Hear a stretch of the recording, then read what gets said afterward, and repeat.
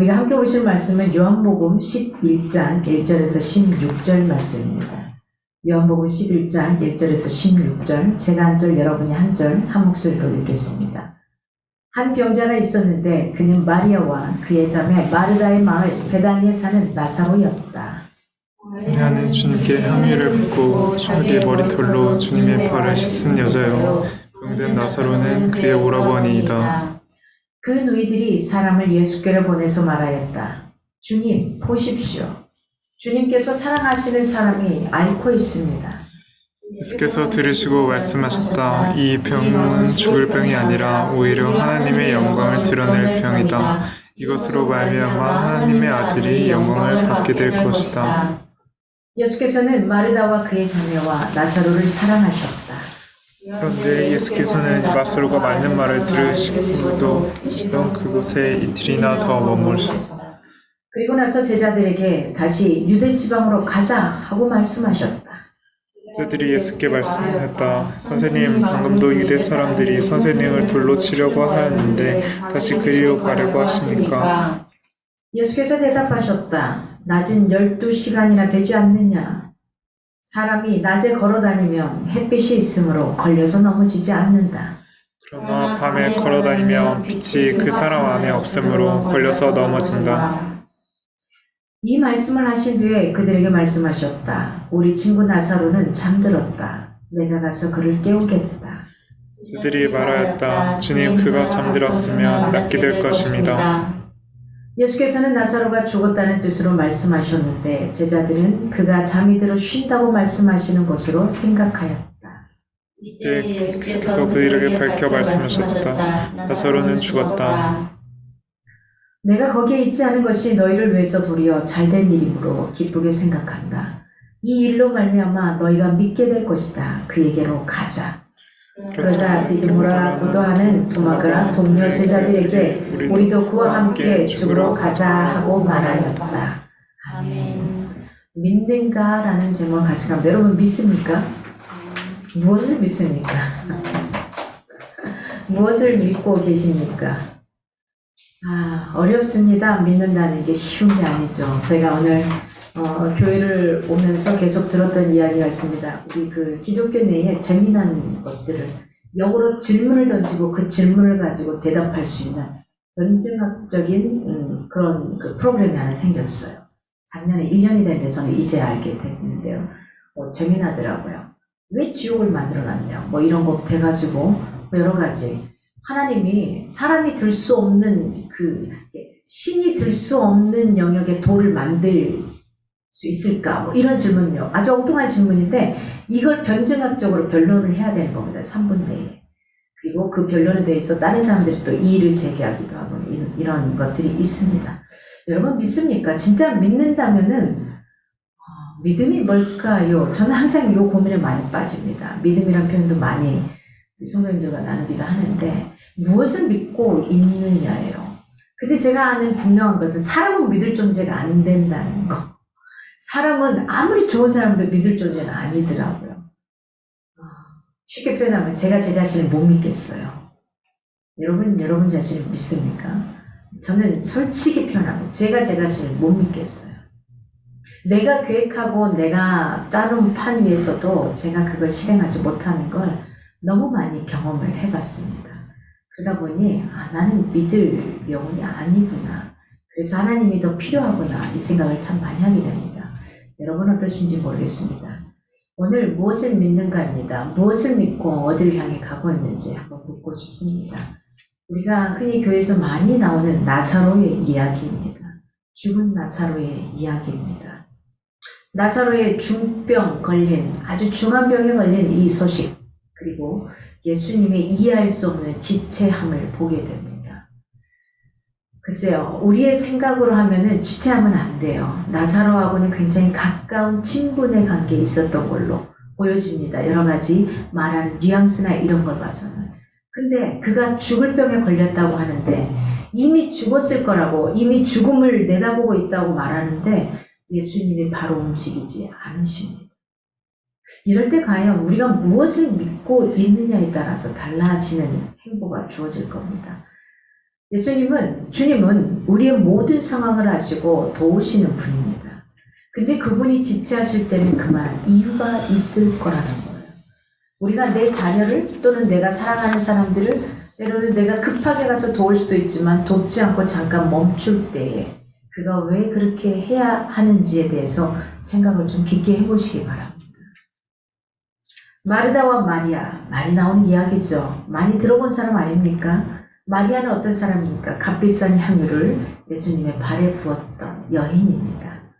그가 했던 행위는 단순하게 비싼 걸 갖다 그분에게 붓는다는 행위가 아니라 장차 예수님에게 올 그 장사, 죽음을 예비하는 예표였던 거죠.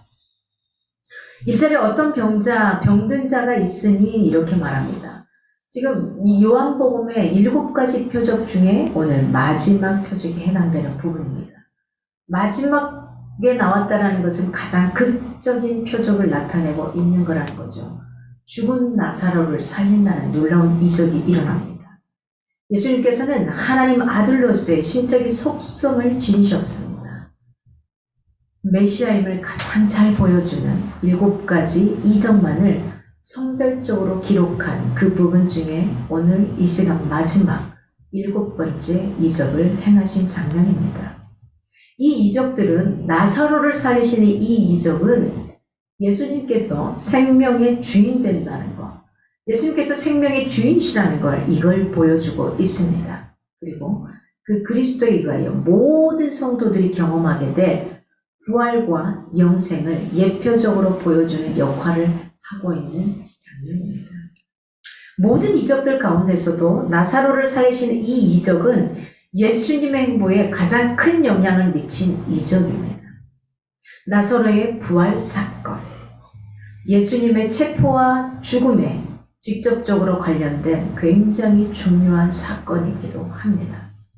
그런데 이상한 것은 요한복음 12장 11절 이후로 나사로는 물론 그의 누이 마르다와 마리아까지도 성경에는 더 이상 등장하지 않습니다. 유대 종교 지도자들이 나사로를 죽이려는 의도를 알고 어쩌면 이들이 깊은 은신처로 들어가고 아예 대외적인 공적인 활동을 전혀 하지 않았기 때문이 아닌가 이 정도 추정할 수 있겠습니다. 그러지 않겠습니까? 예수님도 죽이려고 하는데 죽은 나사로가 살아났어요. 예수님의 기적을 품었어요. 그러면 당연히 죽이기 위해서 혈안이 되지 않겠습니까? 그의 가족까지도. 그래서 어쩌면 그 공적인 활동을 멈춘 상태에서 하지 않는 상태에서 숨어 지내지 않았나 이런 것들이 보여집니다. 이는 베다니에 사는 나사로라 이렇게 말한 건 뭐냐면요. 이게 허구가 아니라 진짜다. 이걸 밝히기 위한 거예요. 그의 인적사항을 굉장히 자세히 밝히고 있어요. 베다니 출신의 나사로. 나사로라는 이름의 의미는 하나님이 도우셨다라는 의미를 갖고 있습니다. 하나님이 도우셨다. 2절에 향유를 죽게 붓고 씻기던 자, 그가 바로 누구죠? 마리아. 이 사건의 배경이기도 한 이 본문의 사건보다 어쩌면 사람들의 관심을 집중시키기 위해 충분한 의도를 보여주는 그 장면이기도 합니다. 이에 3절에 그 누이들이 예수께 사람을 보내요. 예수님 사이의 관계가 상당히 친밀했던 걸 볼 수 있어요. 예수님과의. 그래서 예수님이 나사렛 죽음 앞에도 굉장히 많은 반응들을 보입니다. 자신이 원하는 것을 많이 구하는 사람보다 어쩌면 주께서 원하시는 것이 이루어지기를 구하는 사람이 우리는 진실한 믿음의 사람이 아닌가 싶습니다. 내가 원하는 게 아니라 하나님이 나의 삶을 통해 무엇을 어떻게 원하실지 이걸 바라보는 믿음이요. 하나님 내가 원하는 대로 해주세요가 아니라 기도의 방향이 바뀌어지기를 원합니다. 하나님이 나를 통해서 이 땅에서 하시고자 하는 그 일, 우리 선한길도 교회를 통해서 하시고자 하는 그 일, 내가 하고자 하는 그 일의 방향이 아니라 이 교회를 설립한 목사가 하고자 하는 그 일의 방향이 아니라 하나님 이 목사님을 통해서 이 교회를 통해서 하시고자 하는 그 일 가운데 우리가 어떻게 하기를 원하십니까는 진실한 믿음의 사람들이 되기를 소망해 봅니다. 오늘 이렇게 말합니다. 보시옵소서 사랑하는 자가 병들었나이다. 예수님과 나사로가 허물없이 지내는 사이라는 것을 이런 본문을 통해서도 충분히 알 수 있을 것 같습니다. 성도의 구원은 주님의 희생의 바탕 위에 주어지는 겁니다. 그저 주어지는 게 아닙니다. 내가 그 사람에게 사탕 하나 더 줘서 그가 구원을 받는 일이 아닙니다. 우리가 지금 새 생명을 놓고 전도 축제를 준비하고 있습니다. 여러분 마음에 얼마나 더 간절함이 있습니까? 이 영혼을 향한 간절함이 더 있기를 원합니다. 이 생명이 여기서 지금 복음되지 않으면, 이번에 이 초청에 제대로 초대에 응하지 않으면 영혼이 하나님을 못 만날 수도 있다라는 거, 이런 간절함으로 갈 수 있기를 원합니다. 그건 나의 노력, 헌신이 아니라 나는 다만 도구로서 쓰이되 누구의? 예수 그리스도의 희생, 죽음 앞에 그의 영혼이 드려지기를 소망합니다. 주께서 나사로를 살리심으로 사람들이 하나님께 영광을 돌리게 되죠. 또 그리고 당신도 영광을 얻게 되실 거라는 이런 메시지입니다. 사실은 이 병은 죽을 병이 아니다. 아니 이게 무슨 말입니까? 세상의 의술에서는 죽었다. 이미 죽었다. 이 사람은 더 이상 어떻게 해줄 수 없다라고 했는데 이 병은 죽을 병이 아니라는 겁니다. 나사로의 현재 병세에 대한 사람들은 판단은 그가 오늘 내일 한다. 이거죠. 오늘 내일 한다. 급박합니다. 분명하게 보여줍니다. 예수께서 보실 때는 이 병은 죽음을 향해 있지 않았다라는 겁니다. 이럴 때 어떤 반응을 보이시겠습니까? 하나님의 아들로 이를 인하여 영광을 얻게 하려 합니다. 이렇게 표현을 하셔요. 나사로가 다시 살아나는 소생의 사건은 예수님께서 하나님의 아들 되심을 확실히 사람들에게 보여주는 영광스러운 사건이 됩니다. 이 사건을 통해서 예수님은 죽은 자도 능히 살리실 수 있는 유일한 권능을 지니신 하나님, 그 하나님과 동일한 그의 아들이라는 것을 확증시켜주고 있는 장면입니다. 결국 나사로의 소생 사건은 십자가 앞에 둔 예수께서 메시아 되시고 하나님의 아들 되신 것을 확실히 보여주는 그가 있었던 3년의 공생의 사건 중에 최대 계시의 사건이 되기도 합니다. 5절에 보니까 예수께서 본래 사랑하시더니 라는 표현을 합니다. 결국 나사로가 다시 살아나는 이 사건은, 부활의 사건은 단순히 예수께서 하나님의 아들이 되시고 메시아가 되신다는 사실만을 보여주는 것이 아닙니다. 이것은 어떤 계기가 되냐? 예수의 사랑의 계기의 사건이 되는 겁니다. 예수님이 사랑이라는 거, God is love라는 거, 하나님은 사랑이시다라는 거, 이 사건의 계시. 주님은 성도들을 불행으로 이끌지 않는 선한 분이라는 걸 여러분이 믿으십니까? 지금 주어진 상황이 정말 아찔하게 힘들고 힘에게 없습니까? 그러나 그 상황도 주님 때문에 이만큼이라는 것을 여러분 믿고 계십니까? 어떤 상황 가운데서도 나의 삶에 있어서 주님께서는 내가 감당할 시험밖에는 주지 않겠다고 하신 그 메시지를 나에게 주신 것을 확실히 믿고 살고 있으시다는 겁니다. 주님은 우리의 불행을 이끌지 않는 분입니다. 그분이 우리에게 아픔을 주시고 힘듦을 주시고 일부러 나락으로 떨어지게 하시는 분은 절대 주님은 하지 않는다는 걸 기억하시기 바랍니다. 하나님은 저와 여러분의 영혼을 살리시는 분이라는 겁니다. 저 죽음의 밑바닥에 떨어진 수렁에 떨어져 있는 우리의 영혼을 살려주신 분이라는 것을 잊지 않길 바랍니다. 오늘 6절에 이틀을 더 유하시고 주님은 나사로가 죽어간다는 소식을 듣고도 금방 가지 않습니다. 이틀이나 지체하셔요. 이건 뭘까요? 아예 그가 죽기를 기다리셨던 걸까요? 예수님은 나사로의 가족을 사랑하지 않으신 것이 아니라 앞으로 있을 일에 대한 보다 깊은 뜻을 가지고 기다리셨습니다. 때때로 우리 역시 마르다와 마리아 같이 위급한 상황 가운데서 주님을 간절히 찾을 때가 있습니다. 그러나 당장 오셔서 도와주시길 바라는 우리 기대와는 다를 때가 있더라는 겁니다. 주님은 어쩌면 아무 응답도 하지 않으실 것 같은 그런 경우를 우리에게 맞닥뜨리게 하실 때도 있더라는 겁니다. 그러나 그때에도 우리가 낙심하지 말아야 할 것은 2000년 전 사랑하는 나사로의 가족을 향한 그보다도 더 큰 계획이 있기에 잠시 기다리셨던 것처럼 주님께서는 우리가 보지 못하는 더 큰 계획을 가지고 쉼없이 일하고 계시는 분이라는 걸 놓지 않았으면 좋겠습니다. 인간적으로 힘들죠. 이 순간이 괴롭습니다.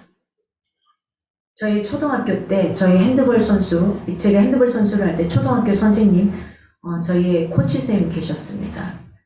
이 선생님의 가족들은 저희 교회를, 저희 모교회를 같이 다녔고요. 이게 그 사모님과 아이들, 친구, 저와 같은 친구도 있었는데 저희 교회를 다녔고요. 유일하게 선생님만 교회를 다니지 않으셨습니다. 무신론자였습니다. 그래서 늘 사모님의 기도 제목은 이 선생님이 교회로 돌아오는 거였습니다. 딸 둘, 아들 하나가 있었습니다. 막내.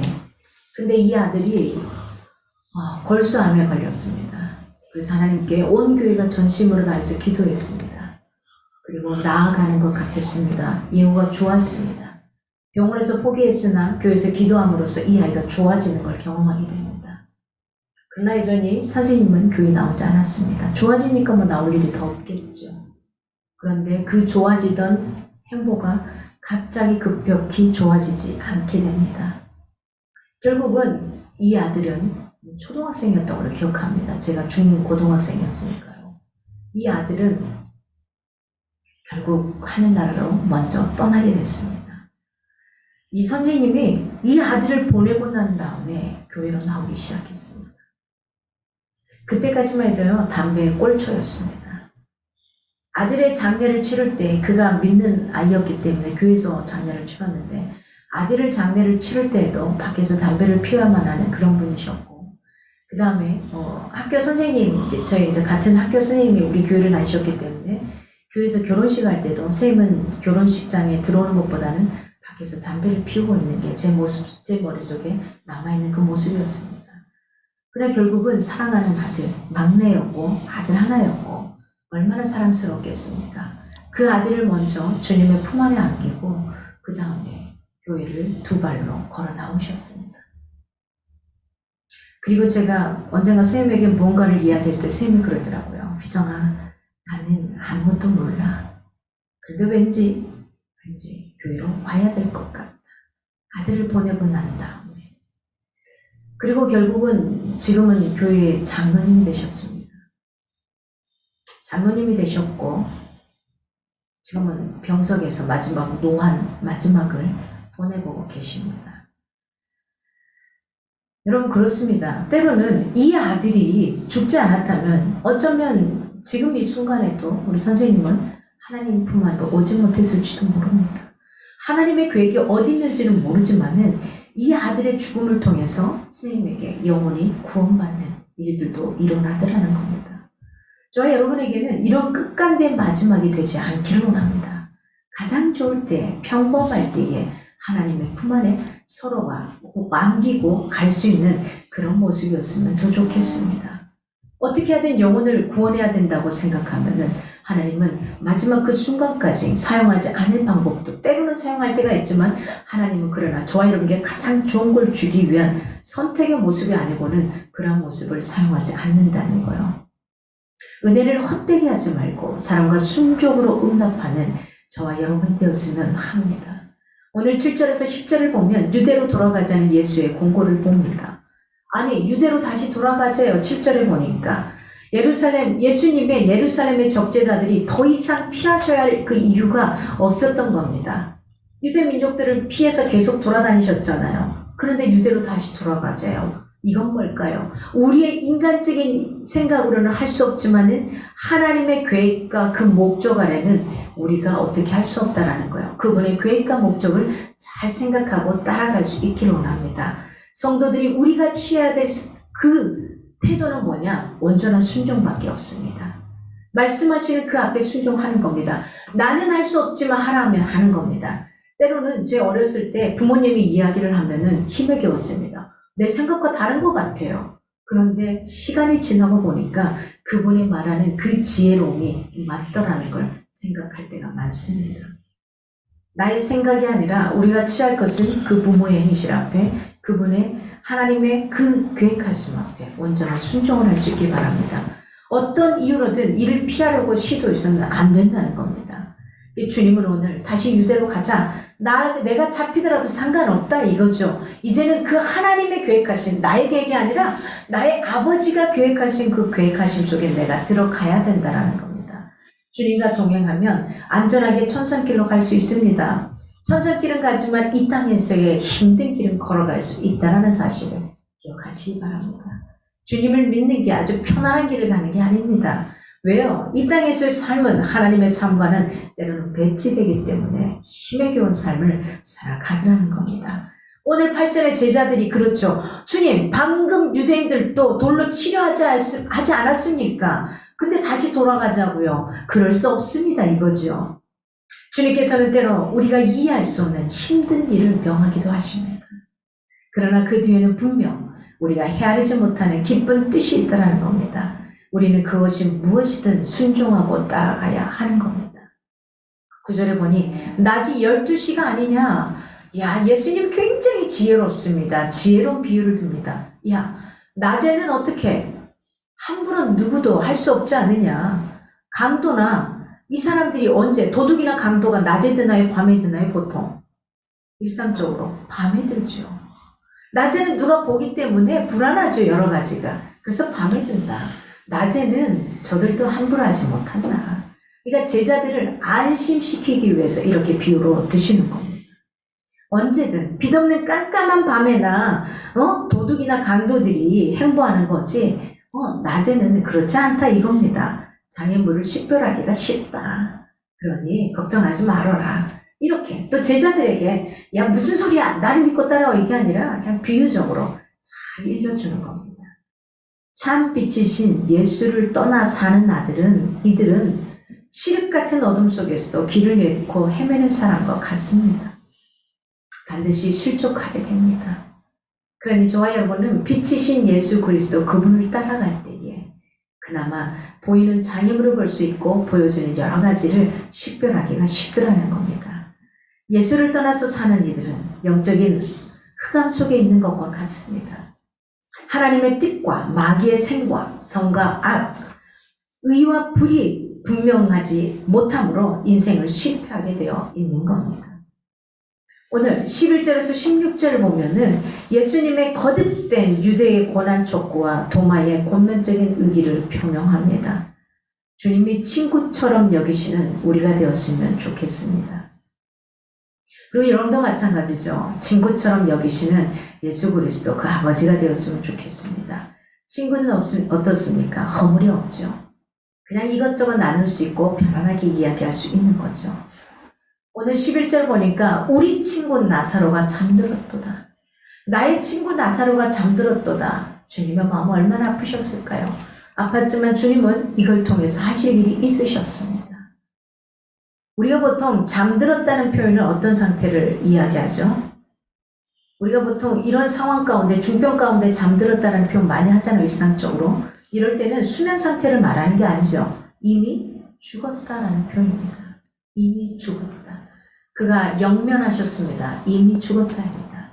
저도 주중에 또 한 분, 이제 저보다 더 어린 48살의 아리따운 아이 둘을 두고 가는 20대 아들과 딸을 두고 가는 한 장례식장에 다녀왔습니다. 그가 그토록 살고 싶었지만 아이들 때문이라도 살고 싶었지만은 이 땅에서 그만 떠날만 하는 마지막 순간이 되고 말았습니다. 그가 이미 죽었다. 그가 잠들었다. 그가 잠들었기에 그의 잠이 깨어나는 그 순간 이분은 다행히 하나님을 믿는 사람이었습니다. 하나님을 고백한 사람이었습니다. 하나님 품 안에 안겨서 다시 살아난 겁니다. 이미 그는 죽었다. 이 말은 죽음에 대한 상징적인 표현입니다. 내가 깨우러 가노라. 사람들이 생각할 때 어이없는 이야기가 아닙니까? 이것이 바로 예수께서 굳이 유대로 가시려 한 목적이었습니다. 더 나아가서 이 땅에 오셨고 장차 재림하시려는 그 목적이었습니다. 잠들고 있는 그 자들을 깨워주시기 위함이었습니다. 즉 예수님께서는 유대에 가셔서 죽어 잠자는 나사로를 깨우셨습니다. 이 땅에 오셔서 잠든 영혼을 깨우기 위해서요. 장차 재림하시려는 무덤 속에 잠자는 성도를 깨우실 것이기 때문에 그렇습니다. 주님의 은혜에 응답하는 삶을 사는 사람이 바로 주님의 친구입니다. 친구 사이는 서로 우정을 주고받는 사이입니다. 주님은 당신을 자발적으로 사랑하고 그 뜻을 실천하는 성도를 친구로 여기십니다. 주님 안에서의 성도들의 죽음은 잠자는 것과 같습니다. 인간적으로 이 땅에서 죽음을 맞지 않은 것은 되게 가슴 아픈 일입니다. 그러나 주님 안에서의 우리 성도들의 죽음은 잠자는 것과 같다는 사실입니다. 오늘 12절의 제자들은 나사로를 깨우러 가시겠다는 주님의 말씀을 듣고 나사로가 죽은 것이 아니라 다른 가벼운 병으로 잠자고 있는 것처럼 오해하기도 했습니다. 세상 사람들은 사람의 육체적인 수명에 닿아 죽으면 그것으로 모든 것이 끝난다고 생각합니다. 그러기에 이 땅에서의 삶을 마음껏 사는 겁니다. 마음껏 누리며 사는 겁니다. 그러나 기억합시다. 영원한 세계 속에 계시는 주님에게는 죽음이라는 개념은 없습니다. 육체적인 죽음은 일시적으로 잠자는 것으로 보실 뿐이라는 사실입니다. 종말에 이 땅의 마지막에 올 때, 다시 이 땅에 오실 때, 재림하실 때 모두 깨어날 것이라는 겁니다. 이것이 저와 여러분에게 있는 첫째 부활이 되는 겁니다. 13절에 저희는 생각하는지라 하나님의 말씀은 읽는 것만이 중요한 것이 아니라 성령의 종용을 받아야 합니다. 올바른 해석을 하기 위해 부단히 묵상하는 것 역시 중요합니다. 그러나 항상 큐티하며 말씀을 바라보고 들을 때마다 무엇을 기도해야 되냐? 하나님, 성령 하나님, 저에게 지혜와 명철을 주시고 깨닫게 하는 지혜를 주셔서 들을 길을 주시고 생각할 수 있는 뇌를 주시고 말할 수 있는 입술을 달라고 성령 하나님께 구하는 겁니다. 이 기도가 여러분에게는 늘 빠지지 않아야 할 겁니다. 14절에 이에 예수께서 밝히 이르시되, 예수님은 자신의 비유를 이해하지 못한 제자들의 무지를 책망하지 않으십니다. 그들이 깨달을 수 있도록 명확하게 가르쳐 주십니다. 예수님과 3년간 공생의 사역을 함께 온 제자들임에도 예수님의 말씀이나 현재의 상황에 대해 제대로 파악합니까? 못하고 있습니다. 그러니 어쩌면 저와 여러분이 더 낫다는 소리를 제가 수없이 하는 겁니다. 어쩌면 그분과 함께 살지 않았는데도 불구하고 지금 그 하나님과 함께 같이 살아가지도 않고 앞에서 보지도 않았고 같이 먹지도 않았는데도 불구하고 지금 이만큼 살아가는 거 대단한 사람들이라고 생각을 합니다. 이런 영적인 무지를 보며 안타깝고 답답하지 않았겠습니까? 예수님의 전생애와 그가 이루신 모든 일을 더욱 잘 알고 있는 우리 역시 순간순간 주님의 뜻을 이해하지 못하는 어리석음을 여전히 반복하고 있고 부인할 수 없습니다. 그래서 A.W. 토저 목사님이 이렇게 표현합니다. 그분이 내 자아를 버려라. 내 자아를 버려라. 어제 책꽂이를 보는데 그 책이 다시 오기 시작하더라고요. 그래서 다시 한번 보려고요. 내 자아를 버려라. 주님 말씀하시죠. 네가 나를 믿고 따라오렸냐? 그러면 너의 십자가를 지고 너를 부인하라. 네 자신을 부인하라가 바로 네 자아를 버려라 이겁니다. 네 자신을 부인하라. 너를 부인하라가 네가 갖고 있는 에고, 너의 자아를 버려라는 겁니다. 네가 누구인지, 네가 누구의 자녀인지를 분명하게 알라라는 겁니다. 성도는 주님과 쌍둥이처럼 행동해야 하는 겁니다. 쌍둥이요. 같은 옷을 입고 같은 신발을 신고 같은 것을 먹고 같은 것을 바라보고 보통 쌍둥이를 키우는 집은 그렇게 하잖아요. 그렇습니다. 주님과 우리는 쌍둥이가 되어야 되는 겁니다. 그의 컨트롤 C, 컨트롤 V로 우리가 살아야 하는 겁니다. 주님은 확실한데 우리가 불확실하다 보니 내가 또 다른 사람에게 전달하는 게 더 불확실하게 되는 거죠. 선명합니다. 주님은. 그 선명한 주님을 우리가 선명하게 닮아가기 위해 노력할 수 있기 바랍니다. 디두모라 하는 도마가 이런 표현이 나온다. 16절에. 도마가 바로 쌍둥이라는 표현입니다. 도마가 쌍둥이라는 표현입니다. 헬라어로는 디두모입니다. 똑같은 말입니다. 쌍둥이. 우리도 주와 함께 죽으러 가자. 12제자 가운데 그래도 12제자 가운데 우리가 12제자 가운데 도마는 어떤 사람 의심 많은 도마라고 표현하잖아요.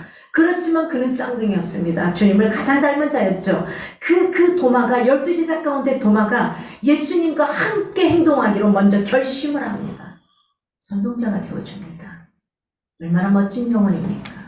의심 많은 도마로만 우리가 알려졌지만 여기서는 함께 우리가 주님과 함께 죽으러 가자. 함께 앞에 서서 선장서주는 그가 바로 다른 제자들이 함께하지 못하는 그들에게 권면하는 그가 바로 도마입니다. 도마는 예수님과 쌍둥이로서 역할을 감당하기를 청했던 겁니다. 누구라도 결단하기가 쉽지 않은 상황 가운데 주와 함께 가자고 선뜻 나서는 도마의 용기. 우리가 그런 용기를 갖고 살아갈 수 있기를 바랍니다. 스승에 대한 사랑과 자기 희생정신 및 죽음까지도 불사하겠다는 용기가 없이는 사실은 불가능합니다.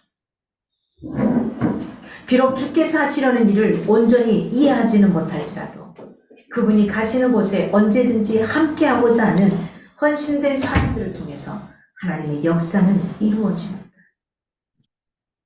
우리는 본문에서 육체의 죽음이라도 순명을 피할 수 없는 인간의 불행을 봅니다. 아무리 큰 영광과 권능을 지닌 신적인 존재라도 인간의 불행을 방관만 한다면 어떻게 그를 믿고 의지할 수 있겠습니까? 오직 우리는 죄짐을 대신 지심으로 우리를 구원하려고 목숨까지도 버리신 그 분이라는 것. 이러한 분이 예수 그리스도 그분이 참된 구세주시라는 것. 영원히 찬송받으실 하나님의 아들이시다는 것. 이걸 우리가 확실히 믿고 갈 수 있기를